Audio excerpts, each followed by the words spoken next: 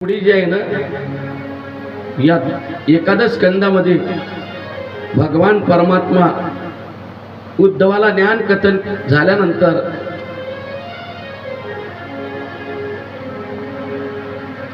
यदुकुळाचा संवार करण्याकरता आता तयारी करताय. बघा, शुकाचार्य महाराज सांगताय, राजा परीक्षिती, भगवान श्रीकृष्णांचे ते रूप इतके सुंदर होते की जेव्हा स्त्रिया त्याच्याकडे पाहत तेव्हा त्यातून आपली नजर काढून घेऊ शकत नव्हत्या. त्या गौडणी जेव्हा भक्तांच्या कानावर त्याचे वर्णन येईल तेव्हा ते त्यांच्या चित्तातून निघून जात नसे. असा होता देव की देव तो भक्तांच्या चित्तामधून गौडणी गोपाळ यांच्या चित्तामधून तो निघून जात नव्हता. आणि त्या योगे त्यांचा मान वाढवी. अर्जुनाच्या रथामध्ये बसलेल्या त्या रूपाला पाहत पाहत युद्धामध्ये ज्यांनी प्राण सोडले ते सुद्धा त्याच्या सारूप्याला, देवाच्या सारूप्याला प्राप्त झालेले आहे.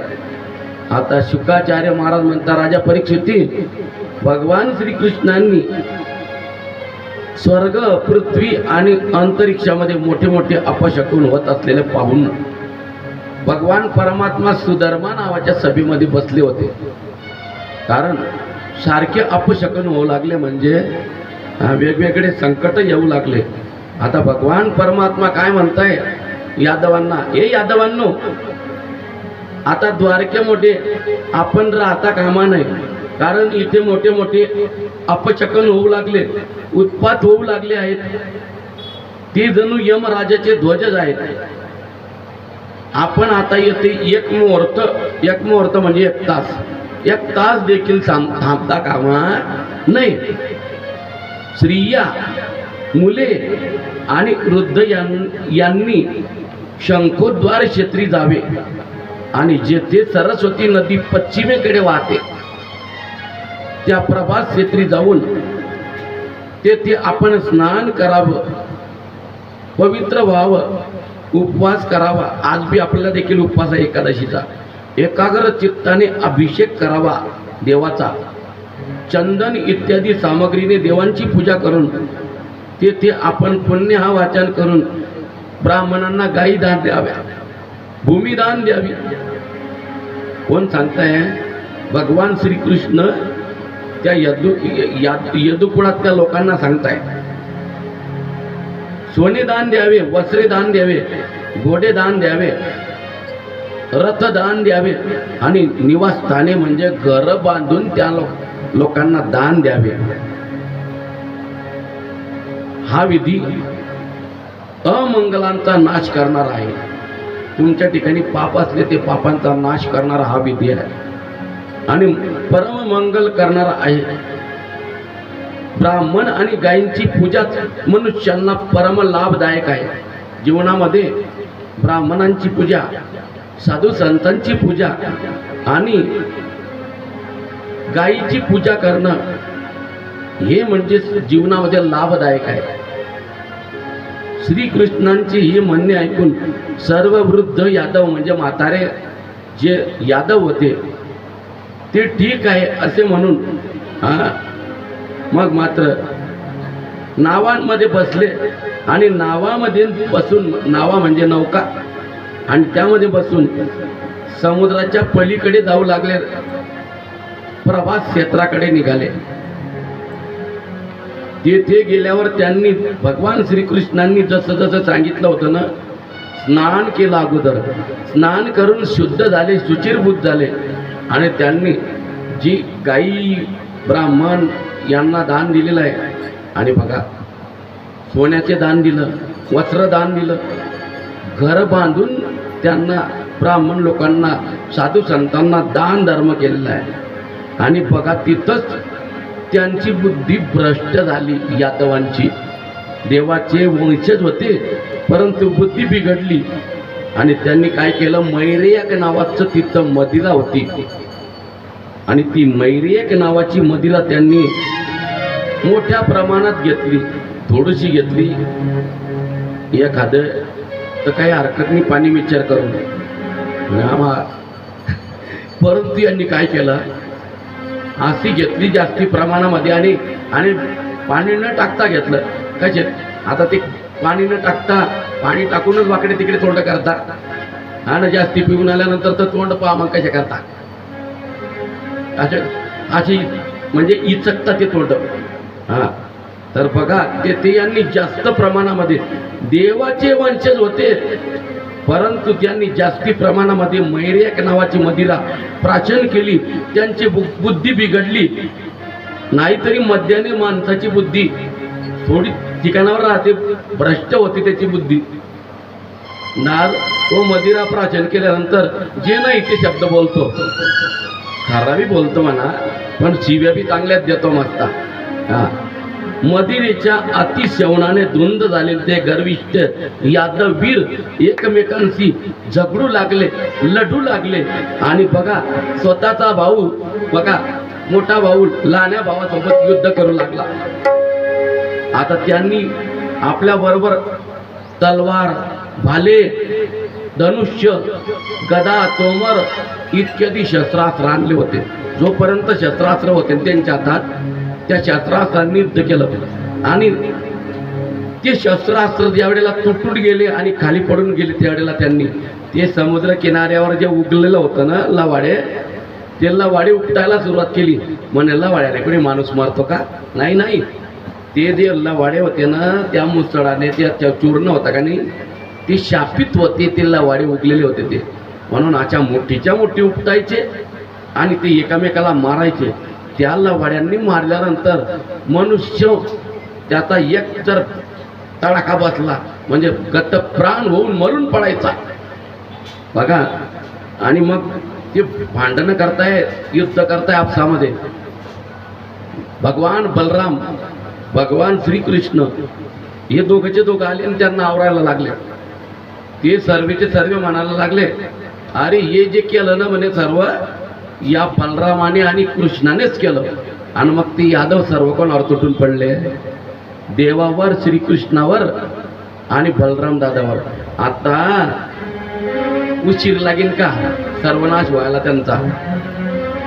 बलराम आणि श्रीकृष्ण यांनी विलंब न करता त्या सर्व यदुवंशाचा, आपल्या आपल्या वंशाचा त्या शापित त्या मुसळाच्या चूर्णाचे उगलेले ते समुद्र किनाऱ्यावर ते लवाडे उगले होते, ते उपटून उपटून त्यांना मारायला सुरुवात केली. मारता मारता मारता मारता संपूर्ण त्यांचं यादव कुळ काय झालं? नष्ट झालं. आणि बलराम दादाने विचार केला, आता आपलं पृथ्वीवर जे पापाचा भार झालेला होता ते काम आपलं काय झालेलं आता संपलेलं आहे, कार्य संपलं. आता इथं मानवाचा देह धरून राहायचं नाही. आणि बलराम दादा शेषाचे अवतार, त्यांनी आपला तो श्री विग्रह म्हणजे मनुष्य देह धारण केला होता लिलेने, तो ते पुन्हा पाताळ लोकांमध्ये निघून गेलेले आहे आपल्या म्हणजे त्यांनी आपल्या देहाचा काय केला? त्याग केला. आणि भगवान श्रीकृष्ण परमात्मा आता त्यांनी ठरवलं की आपण देखील आता काय करायला पाहिजे. कारण आपल्याला घेण्याकरता देव आले होते, परंतु आता आपण आपलं कार्य झालेलं आहे. आता आपण देखील आता आपल्या देहाचा या लीलाधारी शरीराचा मनुष्य रूप धारण केलं होतं आपण लीला करण्याकरता आणि पृथ्वीवरचा पापाचा भार उतरवण्याकरता. आता आपलं ते कार्य समाप्त झालेलं आहे. म्हणून देवाने देखील विचार केला आणि काय केलं बघा. भगवान परमात्मा गळ्यात वनमाळा घातलेला, शंख चक्र गदा ही आयुध मूर्तिमंत होऊन जवळ उभी होती बघा. देवाच्या हातामध्ये जे आयुध राहता ना, काय काय आयुध राहता? शंख चक्र गदा पद्म हे मूर्तिमंत रूपाने नटून देवाच्या समोर होते. त्यावेळी भगवान आपल्या उजव्या मांडीवर, हे उजवी मांडी आणि त्याच्यावर डावं पाऊल असं ठेवलं बघा. एकामेकावर ठेवतो ना आपण. तर उजव्या मांडीवर त्यांनी आपला डावा तळवा ठेवलेला आहे. आणि बघा भगवान परमात्मा अशा अवस्थेमध्ये बसले असताना तो जरा नामक व्याध होता, त्याने आपल्या धनुष्याला ते तुकडं जोडलेलं होतं, मग त्याच्या उदरात सापडलेलं. त्यावेळेला तो आपल्या बाणाला जोडला आणि तो बाण हरणाच्या तोंडासारखं, तो देवाचा कळवा दिसत होता डाव्या पायाचा. हा, आणि त्या जरा नामक व्याधाने बाण सोडतात, तो बाण कुठं लागला? देवाच्या डाव्या पायाच्या पणल्याला लागला. हा, हे मोठं बोट असतं ना आपलं, तिथं बाण लागलेला आहे. जरा नावाचा एक व्याध होता, त्याने शापित मुसळाचा उरलेला लोखंडी तुकडा आपल्या बाणाच्या टोकाला लावला होता. त्याने तो बाण हरिणाच्या मुखासारखा वाटणाऱ्या भगवान श्रीकृष्णाच्या पायावर मारला. जवळ आल्यावर त्याने बघितलं की हरिण मारलं मी, परंतु जवळ येऊन बघितलं तर हरिण नसून काय होतं, 4 हात असलेला म्हणजे चतुर्भुज असलेला नारायण त्याचं दर्शन. आणि तो पडत झाला आणि तो म्हणतो, देवा अहो म्हटले माझ्याकडून तुमचा अपराध झाला, हा मी तुम्हाला बाण मारलेला आहे, मला माफ करा म्हणे देवा, मी पापी आहे म्हटले, माझ्याकडून दोष घडला. पण देवाला माहित होतं की आपण देखील याचा अपराध केलेला आहे. हा, तर देव म्हणताय, अरे जरा नामक व्याधा, तू चिंता करू नको, काळजी करू नको, कारण माझ्या मनामध्ये जे होतं ना ते तू केलेलं आहे. हा, तो म्हणाला, हे मधुसूदना, मी पापी आहे, अजाणतेपणाने मी हे केले, मी पापी आहे, उत्तम कीर्ती पुण्यशील भगवान, आपण मला क्षमा करावी बघा. हा, पण भगवान परमात्मा म्हणता, हे जरा नामक व्याधा, आता तू एक काम कर बघते, पुण्यवान लोक जिथं जाताना माझ्या कृपेने तू आता स्वर्ग लोकामध्ये जाऊन वास्तव्य कर. आणि त्याने भगवान श्रीकृष्ण कन्हैयांना 3 प्रदक्षिणा घातल्या आणि तो देवाच्या कृपेने कुठं गेला? स्वर्ग लोकामध्ये गेलेला आहे. ज्याने देवाला बाण मारला तो स्वर्ग लोकात गेला. पण त्याला का त्याने बघा त्याने बाण का मारला देवाला सांगा बरं. पूर्वजन्मामधला हा वाली होता, सुग्रीवाचा भाऊ, आणि भगवान श्रीकृष्णाने झाडाच्या आड राहून, त्याचा न देवाचा काही होतं काय, दोघं भावांमध्ये होता वाद, पण देवाने झाडाच्या आड राहून बाण मारलेला आहे. झाडाच्या आडून, वृक्षाच्या आडून देव जरी असला तर त्याने बाण मारला तर त्याला कर्म चुकलं नाही. हा, त्याने बाण मारला म्हणून या जन्मामध्ये त्या जरा नामक व्याधाने देवाला काय मारला? बाण लागला जगजीवना. असा जगाचं जीवन असणारा भगवान श्रीकृष्ण, त्याला कर्म चुकलं नाही. का म्हणे कर्मरेखा देवा दिका न चुके. तर आपल्यासारख्या लोकांना काय चुकणार आहे? देवाला जर चुकत नाही तर आपल्यासारख्यांना काय चुकणार आहे? पण ऐका, भगवान श्रीकृष्णांचा सारथी दारुक भगवान श्रीकृष्णांचा शोध घेत घेत तिथं आलेला आहे. आणि देवाच्या अंगावर तुळशीच्या माळा असताना, तुळशीच्या जे काही मंजिरे असतात, अशा मंजिरा, त्या मंजिरांच्या माळा असतात त्यांच्या गळ्यात. तर त्या मंजिरींचा वारा वाहत होता. त्या वाऱ्याने त्या दारुकाच्या सुगंध दरवळलेला आहे दूर अंतरावर. आणि त्याने बघितलं की भगवान परमात्म्याला शोधत शोधत तो आला तिथं. दारुकाने तेथे जाऊन पाहिले तर आपले स्वामी पिंपळाच्या झाडाखाली आसनस्थ बसले आहे. असह्य तेजाची आयुध्य मूर्तिमंत होऊन तेथे आली आहे. पाहून दारुकाच्या हृदयात प्रेमाचा पूर आला. डोळ्यांतून त्या दारुकाच्या प्रेम अश्रू वाहू लागले. रथातून खाली उडी मारून त्याने भगवंतांच्या चरणांवर बघा साष्टांग प्रणिपात केलेला आहे. हा, लोटांगण घातलेलं आहे. दारुकाने म्हटले, हे प्रभू श्रीकृष्ण कन्हैया, रात्री चंद्र नसल्यावर अंधारात ज्याप्रमाणे काही दिसत नाही, चंद्र नसला म्हणजे दिसतं का काही, तसा तो दारुक म्हणतोय, त्याप्रमाणे आपले हे चरण कमल मला दिसले नाही तर मला दिशा देखील कडे नास्त्या झाल्या. म्हणजे दिशा देखील मला समजत नव्हत्या, ते तुमचे पाय बघितले नाही तर, असा तो दारुक म्हणतोय. श्री शुकाचार्य म्हणतात, दारुक असे बोलत असता त्याच्या देखतच भगवंतांचा जो रथ होता ना, तो गरुड ध्वज रथ आकाशामध्ये निघून गेलेला आहे, वर गेला. घोड्यांसह आकाशामध्ये रथ गेलेला आहे. त्याच्या पाठोपाठ भगवंतांची दिव्य आयुध्ये सुद्धा निघून गेले. शंख चक्र गदा पद्म ही आयुध्ये देखील त्या रथाच्या पाठीमागे निघून गेले. हे सर्व पाहून अत्यंत आश्चर्यचकित झालेला दारुकाला भगवान म्हणाले, कारण त्याला ते आश्चर्य झालं. कोणाला? दारुकाला, देवाच्या सारख्याला. दारुकाला भगवान श्रीकृष्ण परमात्मा म्हणताय, हे दारुका, तू द्वारकेला जा आणि तेथील बांधवांना यादवांनी एकमेकांचा संवाद केलेला सांग. बलरामांनी देखील बघा आपल्या देहाचा त्याग केलेला आहे हे देखील सांग. आणि आता एक काम कर म्हटले, सर्वांनी आपापली संपत्ती घेऊन माता पित्यांना घेऊन अर्जुनाच्या संरक्षणाखाली इंद्रप्रस्थाला निघून जावे. काय सांगितलं श्रीकृष्णाने? दारुका, सर्वांना निरोप सांग की तुम्ही अर्जुनाच्या संरक्षणाखाली इंद्रप्रस्थाला निघून जा, कारण मी सांगितलेल्या भागवत धर्माचा हे दारुका तू आश्रय घे आणि ज्ञाननिष्ठ होऊन सर्वांच्या बाबतीत निरपेक्ष हो, तसेच हे सारे माझी माया समजून शांत हो. दारुकाला सांगितलं की दारुका, ही सारी तू डोळ्याने बघितली ना, ही माझी काय समज माया आहे. हे ऐकून दारुकाने भगवंतांना प्रदक्षिणा घातली आणि त्यांच्या चरणावर आपले मस्तक नमवून तो भगवंतांना नमस्कार करून छिन्न मनाने तो द्वारकेला निघून गेलेला आहे. दारुक देवाचा सारथी. आता भगवान परमात्मा बघा निज धामाला जात आहे. 11व्या स्कंदामधला शेवटचा अध्याय. शुकाचार्य महाराज म्हणतात, राजा परीक्षिती, नंतर ब्रह्मदेव, भगवान देवादिदेव महादेव, शिवशंकर, पार्वती, इंद्र इत्यादी देव प्रजापतींसह सनकादिक मुनी, पितर, सिद्ध, गंधर्व, विद्याधर, चारण, नाग, यक्ष, राक्षस, किन्नर, अप्सरा तसेच मैत्रेय मुनी विदुरांना उपदेश करणारे. ऐकलं तुम्ही संवाद. आणि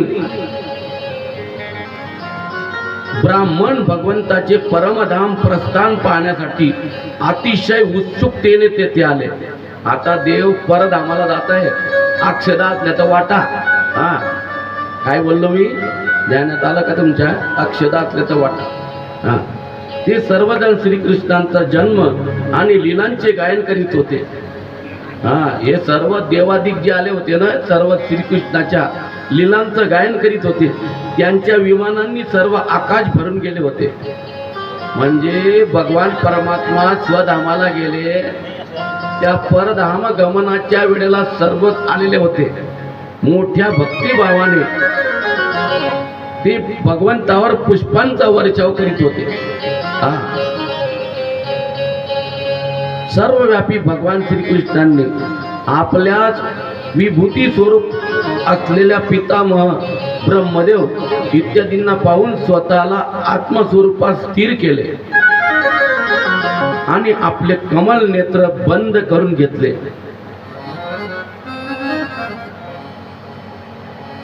भगवंताचा श्री विग्रह उपासकांच्या धारणा आणि ध्यानासाठी परममंगलमय असा आश्रय म्हणून अग्निमय योगधारणेने तो न जाणता, बघा तुमच्या आमच्या सारखं देवाचं शरीर पडलं नाही, ते आपल्या धामाला निघून गेले.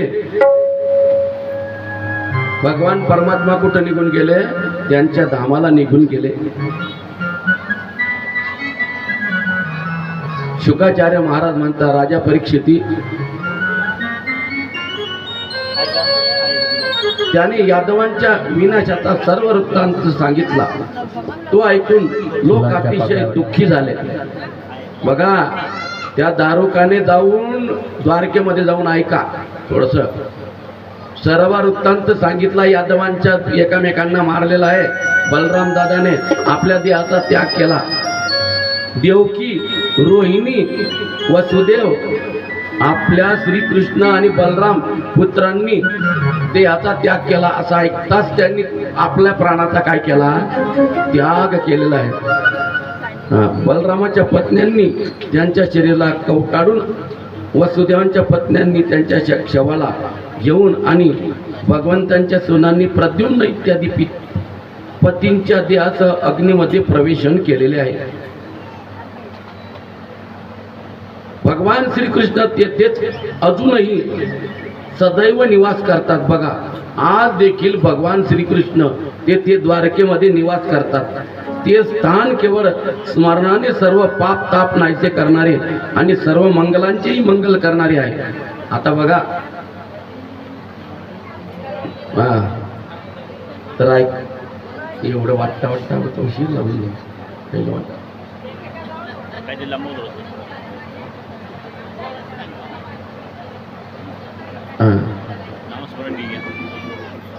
तेथे ज्या स्त्रिया मुले, बघा भगवान परमात्म्याने काय सांगितलं होतं अजून, की आजपासून 5व्या दिवशी, ज्या वेळेला बघा भगवान परमात्मा निज धामाला निघून गेले, त्यावेळेला 5व्या दिवशी हा समुद्र आहे ना, ती द्वारका नगरी बुडवून टाकेल.